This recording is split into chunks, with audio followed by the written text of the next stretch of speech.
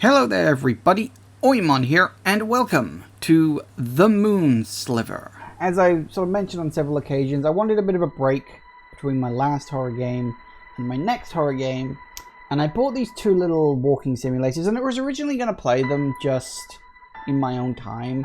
I like a nice little narrative-driven walking simulator every once in a while. Some are good, some are not so good. I'm very curious where walking simulators fall in the spectrum, because I think the most boring, pretentious and annoying walking simulator I ever played was Dear Esther, I think it was called. I understand it, I get it, but I felt it was overly pretentious. Although it did look very pretty, I will give it that. It did look very pretty, and it had a decent soundtrack, but honestly, I just didn't vibe with the game, you know? And then on the other extreme end, you've got my favorite walking simulator of all time, which is, Tacoma. If you've never played Tacoma, 100% recommend it. I fucking loved Tacoma. I also played that dev team's previous work, which was called Gone Home, which is another really good one. Although I think Tacoma just edges out just a little bit. It might be a which one you played first kind of thing. I don't know exactly, but yeah. So, excuse me. So, yeah, essentially, I like a good walking simulator. I've played several over the years, and I'm always like looking for more, because I want to see how can you do the walking simulator in a fun and interesting way, because generally just walking around and doing stuff it's not really that interesting. That's kind of why I always feel that Dear Esther was a bit dull, because you're just walking around, narration happens, and that's about it. You know, that is the absolute basic bog standard walking simulator. It does nothing on top of that. Whereas I have played ones that are like that, where you just walk around an area and narration happens, but they usually have an edge. I played one, oh god, it's got a really weird name. I think it's something like Marginalia. That one was really good because the story really hooked me. And it's also got this really creepy atmosphere and vibe, and you're not sure what the fuck is going on. And the ending, I won't spoil it if you want to go out and play it. The ending just left me going, no, more, I need more. From what I understand, this one is mostly just wandering around, exploring stuff. We'll see if they can capture my interest with The Moon Sliver. Which was a bit confusing, because for years I honestly thought it was called The Moon Silver, when there is actually also a game called The Moon Silver. I think, at least on Twitch it said there was when I was typing it up. But that could just be someone misspelling this. I don't know. But, yeah. So, here's the plan. I'm going to do The Moon Sliver, which I've heard is a bit short. It, takes just about an hour to do. And then we'll move on to the second one, which is called The Music Machine, which was, a kind of a follow-up to it. It's a spiritual successor, perhaps. I'm not exactly sure. Which is a bit longer. That one's about 2 hours long, so hopefully we can get about 3 hours worth of content out of all this stuff. So yeah, we'll get into it and we'll see what's what. So yes, a game by David Szymanski. I am probably completely butchering your name. I want to apologize on that one. Also, I may have to dash off at one point. I've got a parcel coming in today. I don't know when it'll show up. I just got to keep an ear out for the doorbell. Sorry, I just need to go over there. Sorry, it's been warm lately and I had a fan. And I'm just like, if I have to get up very quickly, I'm going to trip over that fan. So I should probably move it. So yeah, click the title to begin. It's going to complete in a single setting. There is no save system. Set aside an hour to complete it. Okay. Well, I have 3. So this should go okay. I'm not exactly sure what to expect. Space to jump. Right, toggle flashlight. Ooh.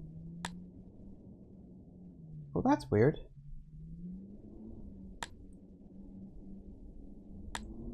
Is that actually No, it is there. That's just all the mist. Because I was looking at... No, what was I looking at? I was looking at a wall or something. I don't know, but here we go. So left interact and examine. Escape toggle menu. Okay. Isa was the oldest, and if not the wisest, certainly the most learned. She remembered when Joshua Josiah, not Joshua. There's no H in the middle of that. Remember when Joshua still lived and she would sit on this crate and listen to his stories. These memories are like many others, were bittersweet. Okay, so they overlap slightly. Ellie was a sullen and beautiful girl, the youngest of them all. The mind unfit for lofty thoughts. She had once come here to see if there was any old firewood. Otherwise, she stayed in her cluttered house where it was warm and familiar. Save your flashlight battery, recharge it at power outlets. Explore freely. Piece the story together. When night falls, enter the mountain.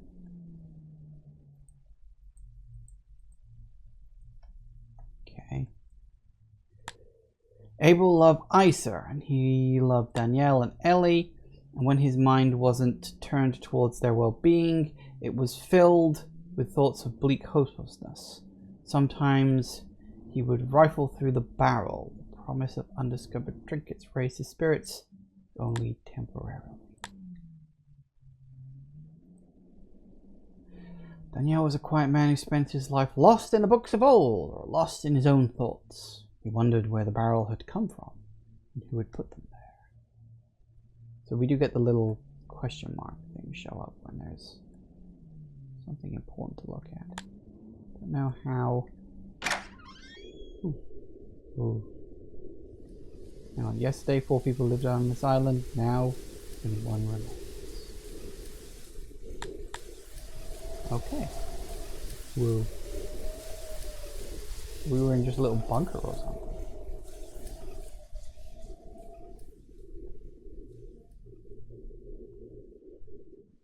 So we've got some power lines. Can we recharge the battery from that? Maybe.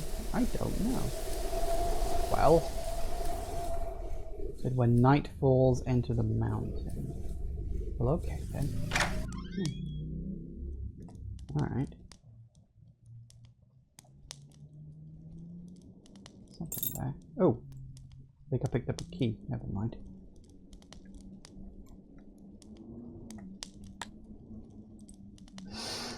I believe the word of Hector and the religious teachings that were passed on to me. Maybe the moon is still out there hidden behind some cloud of darkness. Maybe the ones who went before us are waiting there. There's no way to know. We have to wait for death to find out. And truth be told, I am ready. I am ready for the beginning of a new adventure. Isa could not talk to Abel about her feelings because Abel was overburdened with his own. So she often sat at her desk and wrote. She did not know who would ever read the papers, but there was something profound about preserving thoughts. So they would live long after there was no one around to read them. I remember when the moon still shined, when each night was bathed in warm silver, and the shadows were mysterious and friendly. The island was a place of joy. That was many years ago. Since it disappeared, this place has become cold and stark, plagued by an inexplicable sense of loss and despondency. Daniel and Ellie are young. They do not feel it. They don't remember what the world used to be like, but Abel and I do. All right, so we've got Isa and Abel, who are the parents. You've got Danielle and Ellie, who are the kids. I'm presumably one of these people, because it said there were 4, now there's only 1. For friends that do not exist, for feelings that cannot possibly be felt. When I was younger, I smiled because I felt like smiling. Now the smile is a disguise. The key there. I don't know what all these keys are for, but...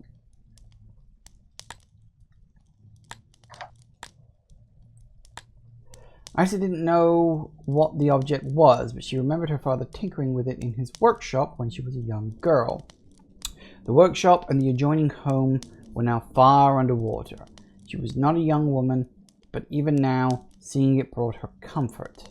Abel came in. How do I get into storage, he asked. She shut and locked the box. I've told you before. I forget, I don't go there often. Press the first 3 until they click. Leave the 4th alone. Okay. What is it? It's some sort of lockbox of some kind? Can't quite tell. She took the knife from the shelf. The blade was dull and rusty, but it was still pointed. She was not smiling. Oh dear. Looks like my flashlight's running low too. I need to find an outlet.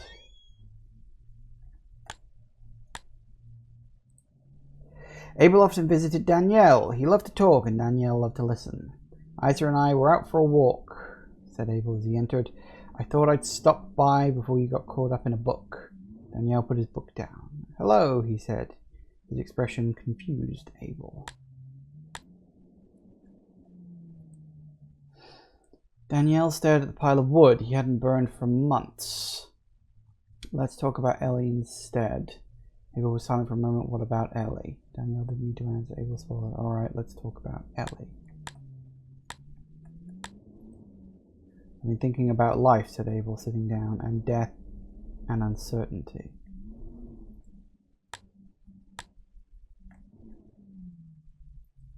So these were their houses. 4 people, 4 houses, 1 each.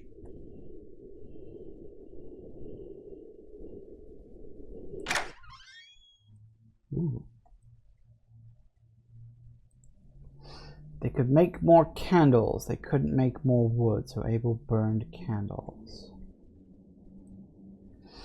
There's an evil man on this island, and I know him well. We played together as youths. We have cried together. We have eaten together. We have loved the same woman, betrayed the same woman.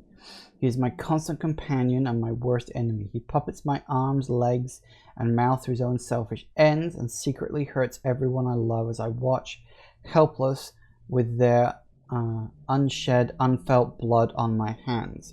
He gifts my flesh with indescribable pleasures and blights my soul with unutterable despair. His name is Sin. We are irrevocably bound together. Surely there exists no hell worse than this. Well, maybe, maybe not. It's hard to say.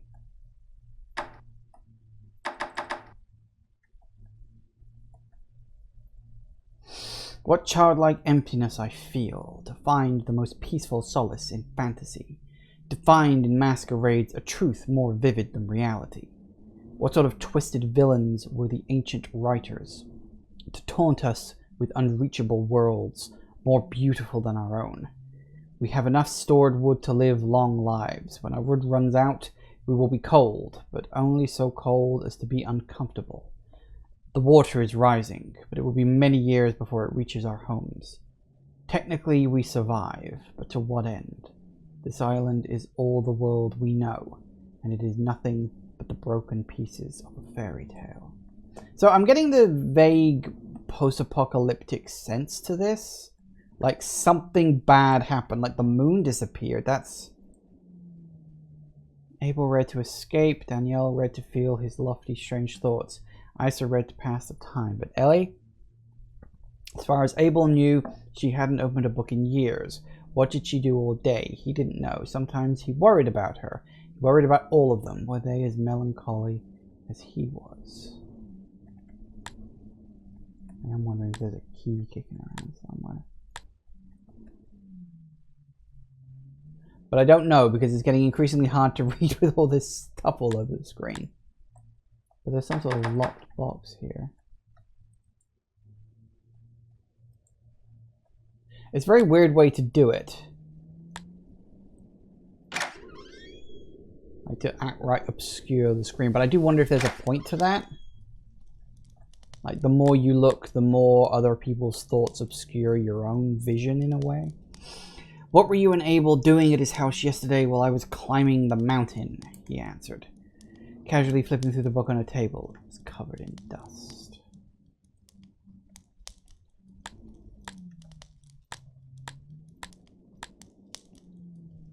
Yeah, we need to find an outlet. Ellie was laying on the bed. Danielle came in. She scowled at him suspiciously and beautifully. What were you and Isa doing in the old power building? What were you talking about?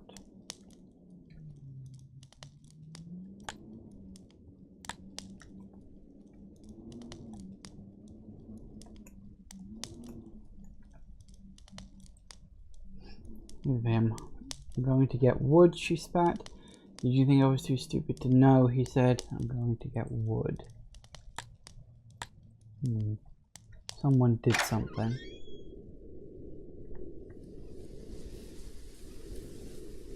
So yeah, based on the fact that the waters seem to be rising, obviously this land used to be bigger than it currently is. Even to the point where you've got like grass and the water and everything. That makes a certain kind of sense. Maybe the water is actually rising. Doesn't look like it's moving. But it may move bit by bit, perhaps, over time.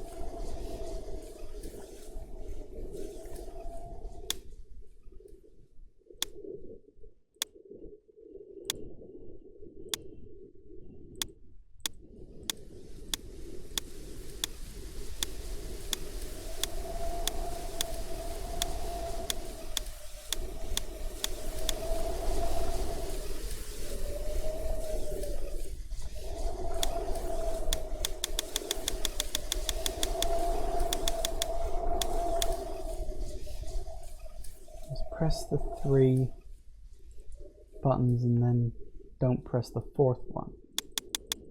Wasn't it?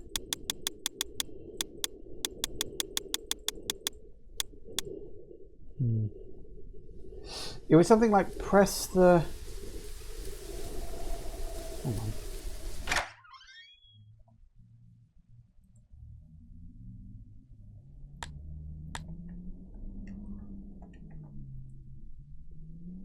I can't remember which room it was in.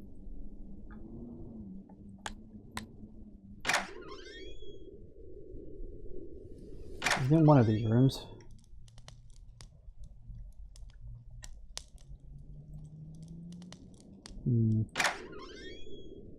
Maybe it was this one, because this was the third room I went into.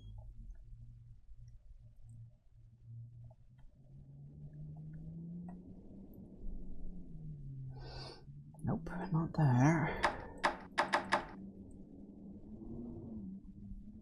I don't remember where it was. I thought it was in that one, but it's a case of I was trying to remember and now I don't. Because I'm pretty sure it was like press the first 3 until you hear a click or something.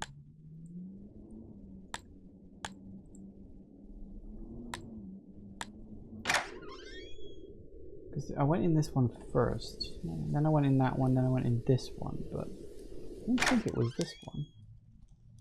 It was definitely before this one. I don't remember, I've already forgotten. But I'm pretty sure it was like press the first 3 until you hear a click, but then it said then it says it's rusted shut and it will never open, so I guess that's a no in that regard. Fair enough. We need to find some sort of power outlet to charge up my light. Danielle sat with Ellie under the tree, his arms around her. Do you remember when we used to climb that tower over there, he said? Wonder how long before the whole island is underwater. Yeah, that seems to be a thing. Like, I guess this used to be some kind of like top of a hill or something like that.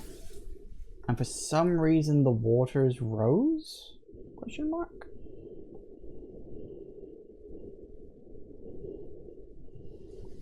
There's also the thing of the moon is apparently gone. So as I say, I'm wondering if this is some sort of weird post-apocalyptic thing.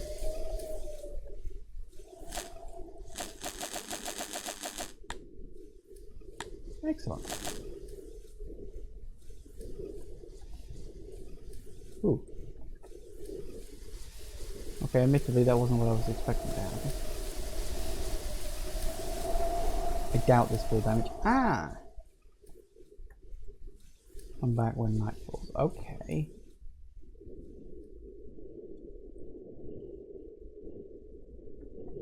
The night was wild and cold. The monstrous tracks leading from the hatch were brand new. The wind quickly erased them.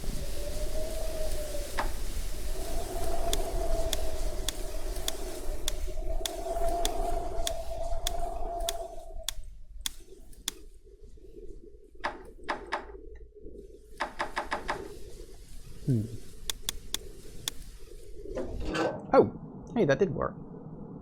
I thought it was like until you hear a sound or something like that. That's fine. Do you like these things? Apparently not. Just electrocute myself real quick. Ooh. Okay, now the music kicks off. Ellie wasn't easy. The darkness had never felt menacing before. It seemed alive, watchful. Oh dear. Suddenly it's a horror game. Code was long forgotten. Nobody had been below in many years.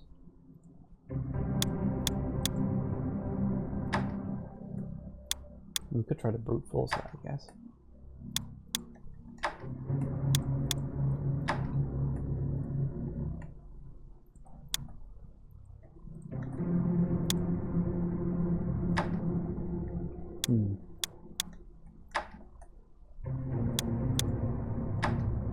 There's so many possibilities. There's only 4 buttons. I had to know the truth, and Hector would not tell it. So down here, but nobody would find him. He wrote on a scrap of paper. Maybe someday someone would discover them. I'm wondering if I've just jumped ahead or something.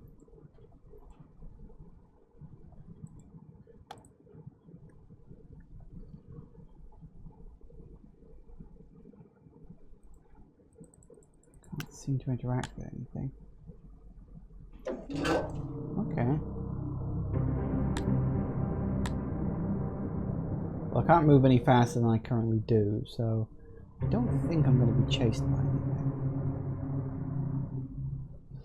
Ellie? Daniel's voice echoed around the tunnels. Silence. She couldn't explain the feeling. It was as though something was lurking around every corner, staying out of sight, staying ahead of her.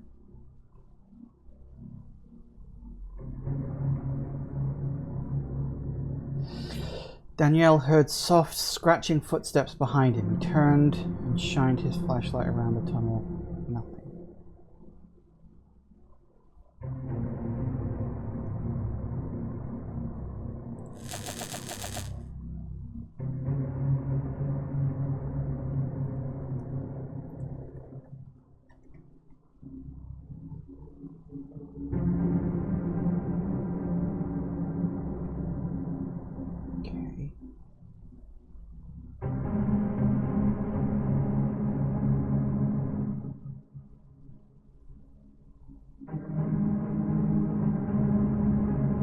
Never felt like this before. She knew these tunnels well. She'd be down here 100 times, yet she was lost and confused.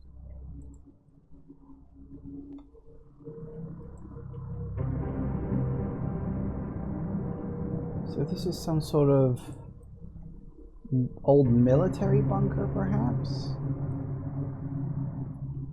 Looking at these switches, I wonder if it's supposed to be like a switchboard kind of thing. Because they've got chairs. So it's like some kind of communications hub, perhaps? Good atmosphere. I'll give it that. Oh, that's weird. There must be a dead end. Okay. I'm trying to be a little methodical about where I'm going with this.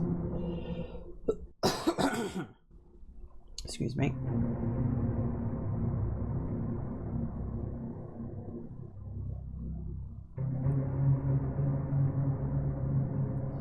Called again. Ellie? Still no answer, but he heard footsteps again. I, mercifully, have not heard any footsteps. I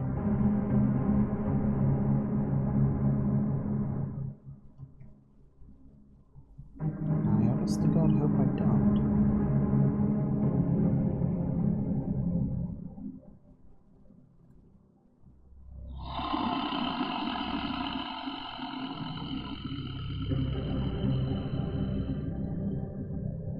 Right. Okay. Oh, tits, really? Now is not the best time for that.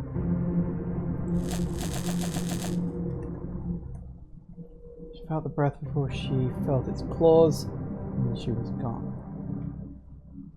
It's supposed to be like a nest?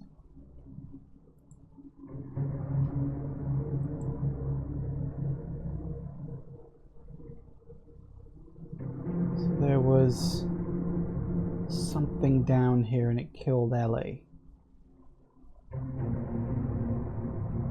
Some kind of thing.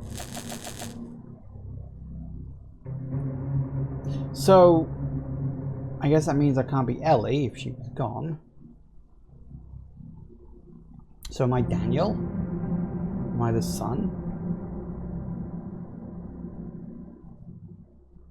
I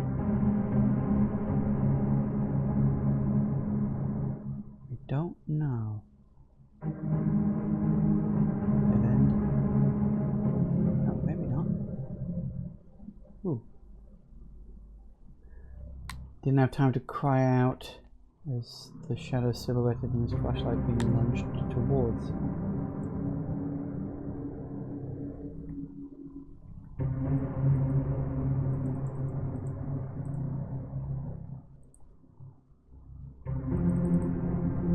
Not directly interact with him.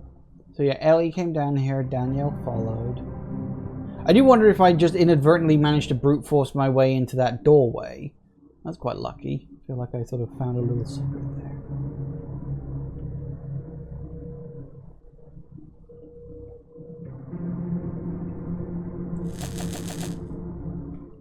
You probably don't need to do it that many times.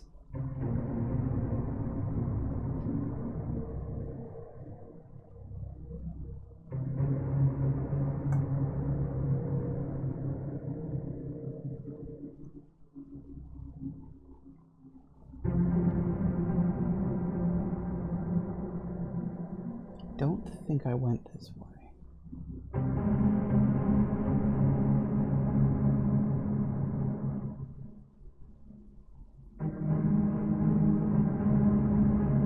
You almost expect to turn a corner and see something, right? Like they said earlier. But no. Just a growling noise.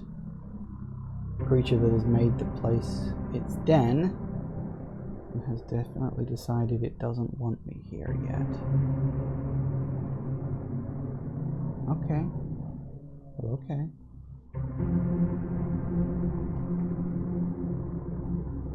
I do keep hearing, like I hear something. This really confuses me. For the record, the code was what? That and that, I think? Nope. That and that. It's definitely the 2-button one. There. The 2 end buttons. That's the truth, and Hector would not tell it. So down here, when no one would find him, he wrote on scraps of paper, maybe someday someone would discover it. And yet, looking at this room, it looks like it was burned. So I'm wondering if he wrote something down and then it was burned by someone. Possible. Also, who's Hector? Like, that's not a name we've heard before. Interesting. Well, there was the bunker.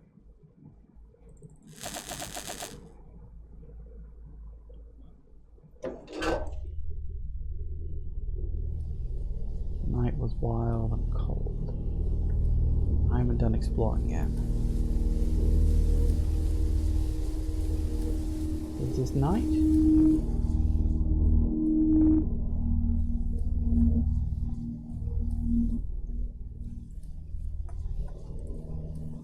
Seriously, I could have drained from the tank into the water long ago.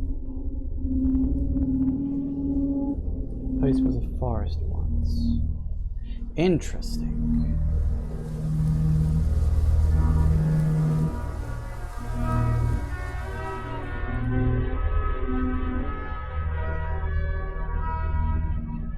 Still got a few more buildings I want to check for story time. What was that? She knew. I'm saying that she knows more than she's telling us, said Ellie. Now, is there a... Oh, now it's raining.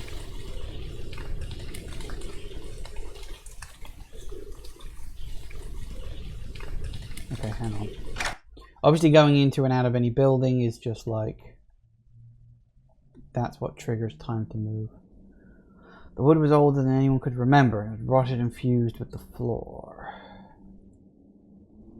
She keeps the chapel locked, and she's the only one with a key, said Ellie, leaning on the barrels and folding her arms. So you're saying she took it? What are these weird things? My problem is that she is a liar, said Ellie angrily, fiddling with the knobs on the machine as she... And that I have to keep explaining this to you over and over again. You don't know what this is like. I know her. Exactly, you're not an impartial judge.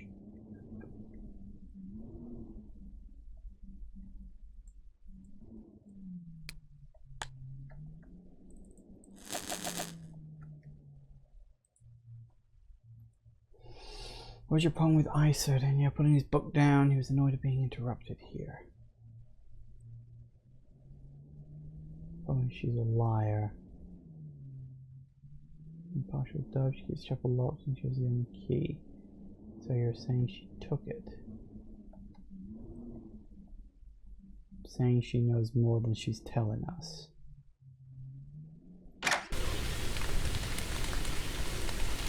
It's raining now. That's nice. Strange acidic smell emanates from the pipe.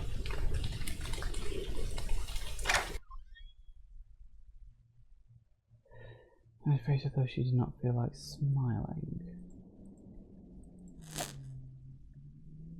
Fresh air from an unseen crack in the corner cut through the room's stuffy murk.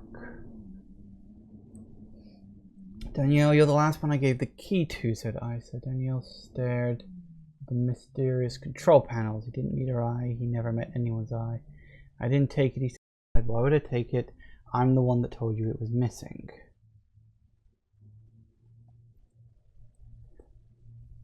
Rusted junk casts a shadow on the opposite wall. How do you know Abel didn't take it? He said. Because I trust him. She said, he's a dismal man, but he would never hurt any of us. Do you trust Ellie? Danielle didn't answer immediately. I trust all of you, said, because that's how I have to live.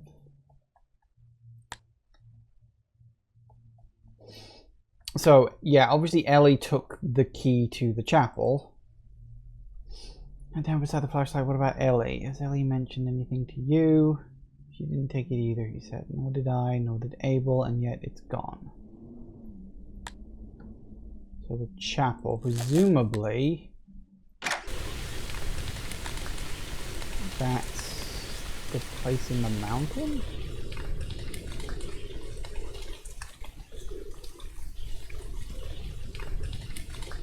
Reached the ruins and strolled leisurely through them towards the shoreline, as he could remember the old building still stood here, filled with families.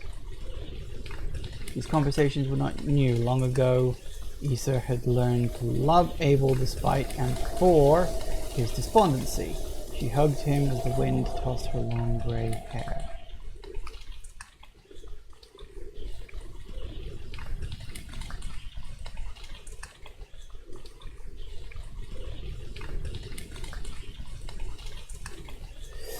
We're old, Isa said, and we're getting older. We've been getting older ever since we were born, said Isa. She always was smiling. Abel never smiled. I feel like I missed life, like it whizzed right by while I wasn't looking and watched it disappear into the horizon. Stuck in this prison. Oh, come on. Look out at the water, isn't it beautiful? It's lonely, lonely and infinite.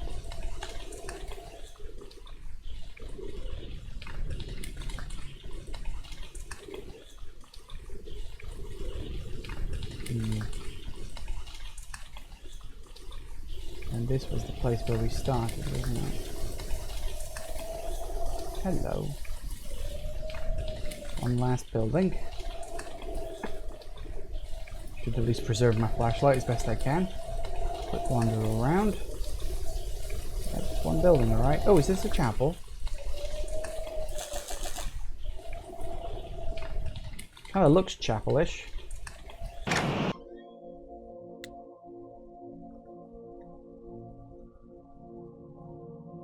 We needed that big jolt of noise.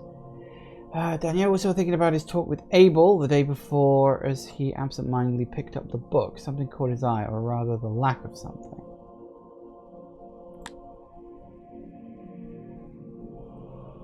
moon sliver was gone. He stared at the empty dice for some time, struggling to comprehend this simple, shocking fact. Had someone moved it? Isa, perhaps. She was the only one with a key to the Chapel of Infinite Light, but Elio Abel could have borrowed it from her, as he had done, or taken it. Regardless, he had to tell the others. O world, O prison dingy white, O ghostly shadow grey, your whelming lies of false delight are dark and cold as moonless night and bleak as sunless day.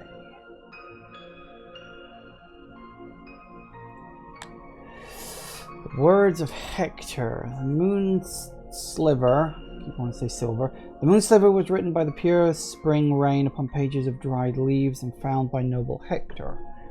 So Hector must be like the fifth wheel, I guess, in this situation. He's not part of the family, maybe. Maybe he was the one who came before. Maybe he's like a grandfather to one of the parents. The moon spoke to Hector, saying, "Take this, the moon sliver, and make for it a place at the Chapel of Infinite Light, for it is a holy document. Man cannot read it, but its every letter is known to the demons of the night and greatly feared. Know that it will protect you, even should my light cease to bathe the night in holy silver. Give it a place of honor, and treat it as a prized possession, for it is your weapon against evil." So Hector took the moon sliver, placing the Chapel of Infinite Light upon a silver pedestal. And the night was warm with light, and the day was bright with warmth. So someone came in here and took it then. But that's 4. Hang on, that was 1. So where's 2?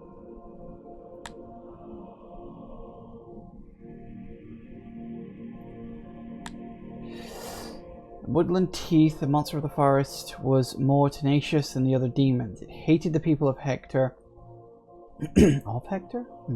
and desired to take the island away from them, and it lurked in the dark corners and unseen passageways, scheming horrific schemes.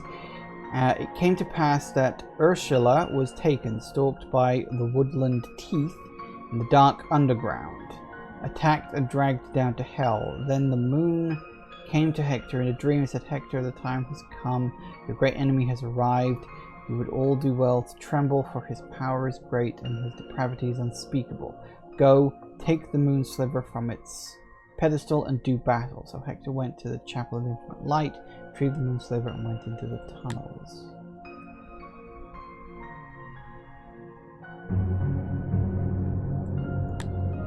Again, the moon came to... Hang on, so where's the third one?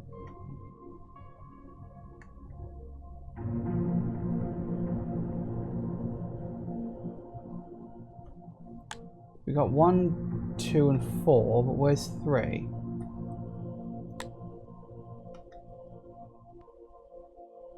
I feel that's probably important. There doesn't appear to be a third one. Or maybe it's somewhere else. Again, the moon came to Hector in a dream. The woodland teeth is vanquished, it said. Your people are safe for now. But it still waits, lurking in the depths. It fears the moon sliver, and it will not dare appear again while the holy document remains in your possession. But know this, should the moon sliver ever be destroyed, even my divine light will not be able to save you from the wrath of the woodland teeth and the darkness of hell. Keep it safe, keep it ready, and may you live in prosperity on this island that I have given you.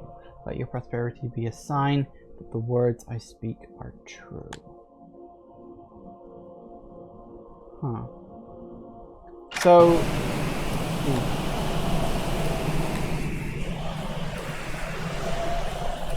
This is loud. So yeah, from what I can understand, you have to forgive me if I'm yelling slightly, but this is genuinely quite loud, and there are no sound options for this game. So yeah, we'll just have to deal with that. So from what I can understand, it's sort of quasi-religious cult here on the island, where, like, I guess the last people alive were just sort of, yeah, this is where I started. Where the last people alive were stuck on a tiny little island that was actually slowly shrinking over time because...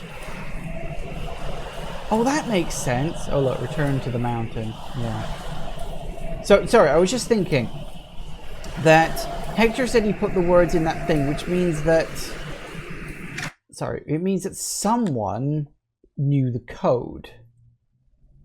I don't know what's in here. That bugs me.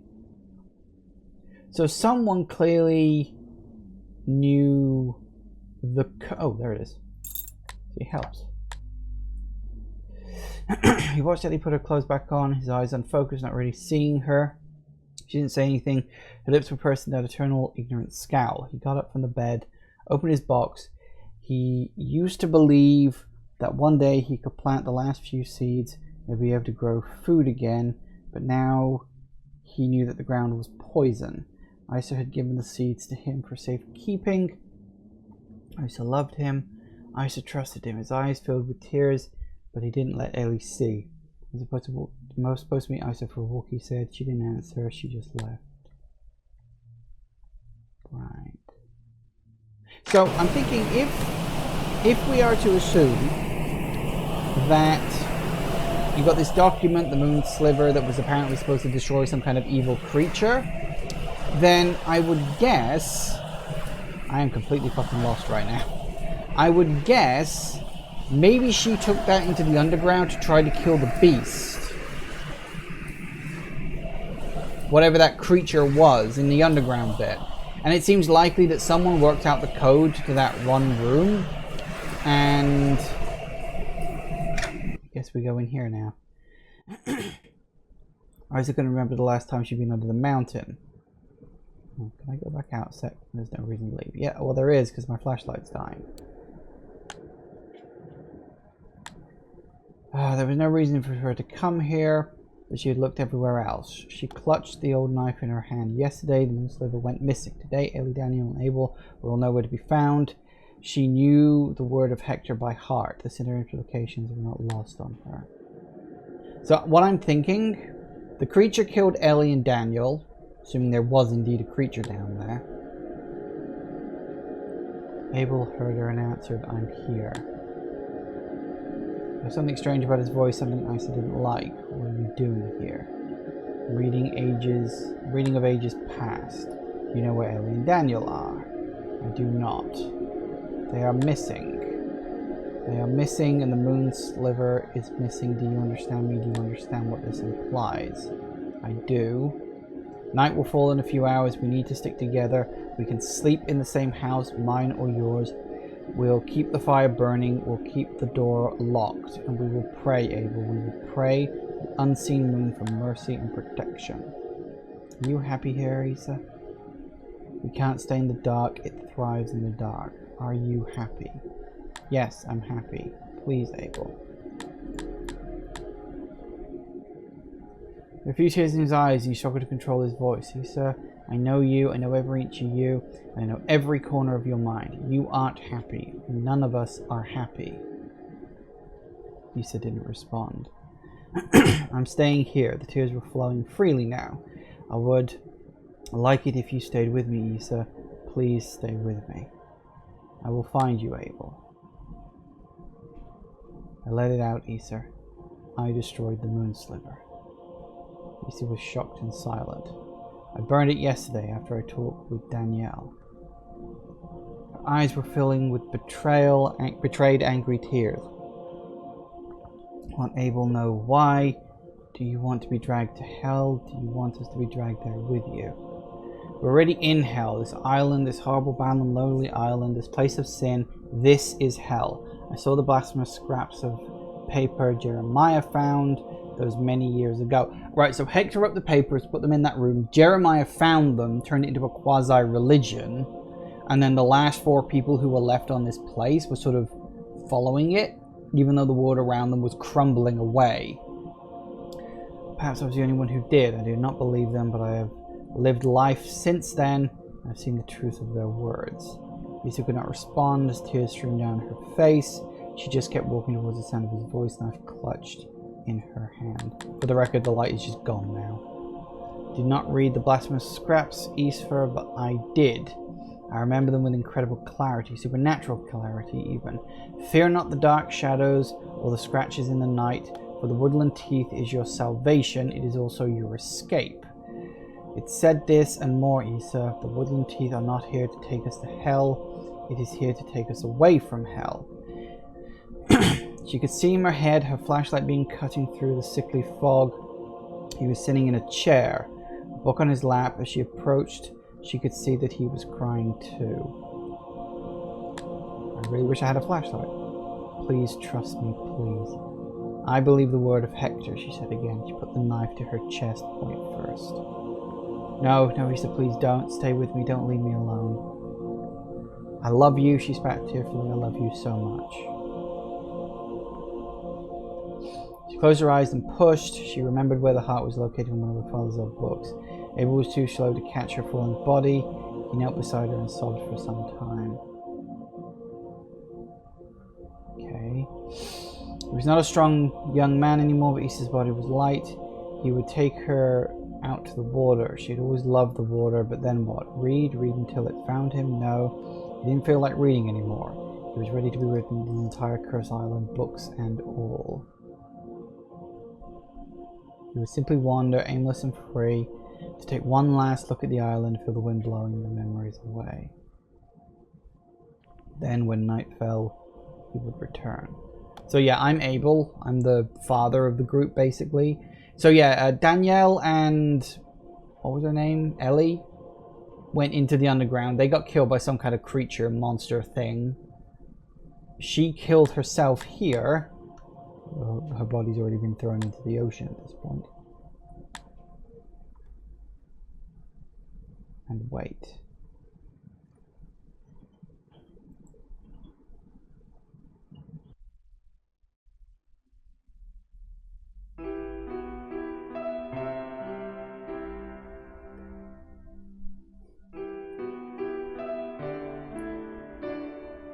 Interesting.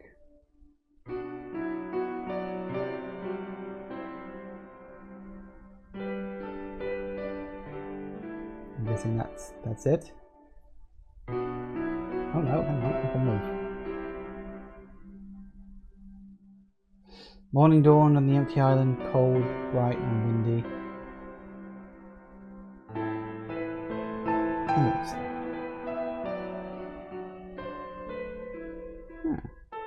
David Szymanski.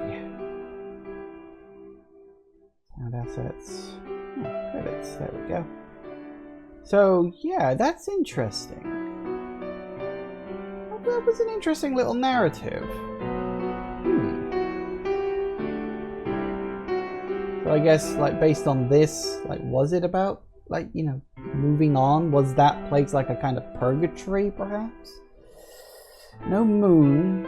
An island where the water was slowly rising and swallowing everything away.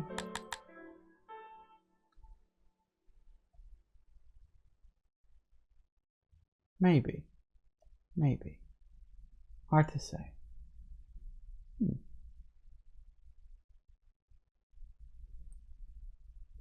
literally going backwards now, aren't I? Yeah. Oh, that's that's a cute way of doing it. So yeah, I guess that's it. I guess that's the game. Doesn't seem to be anything else. Ah, oh, there was a volume. There was one on the thing. That's annoying. I could have turned that down. Well, there you have it. There's the Moon Sliver. That was interesting. I wouldn't say it was absolutely fantastic. The narrative was, I mean, it was a decent narrative. I kind of wish there'd been a bit more to it. Like if we could have gotten to know the characters maybe a bit more, maybe if there'd have been a bit more environment to explore. But I mean, I understand that this was obviously like clearly made by one guy, and it just like, I guess it was like his first real project or something like that. So I'm not going to discount it too much for that. So yeah, for a one-person dev team, that was pretty good. A nice little open environment. I liked exploring the place a bit. I was easily able to put the pieces together about what went on the island. Maybe not so much what the island was, you know, whether the island was a purgatory or hell or something like that.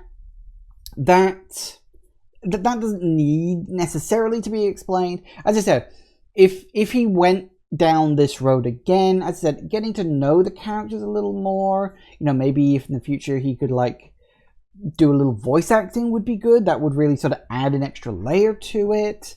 The way the text was kind of overlapping as you got close to it, that was a little like, it worked. Like, there was never a point where you couldn't read one particular piece of text, but it was a little clunky sometimes.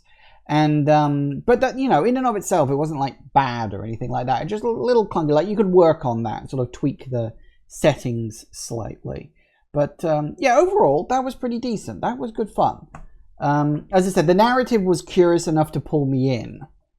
And yeah, overall, like, it's not a fantastic one, but as I said, for a one-man dev team, not bad, not bad, not bad. Thank you all for watching, everybody. I do hope you have enjoyed this. Please remember to like, comment, and subscribe, and I will see you in the next video. Bye-bye.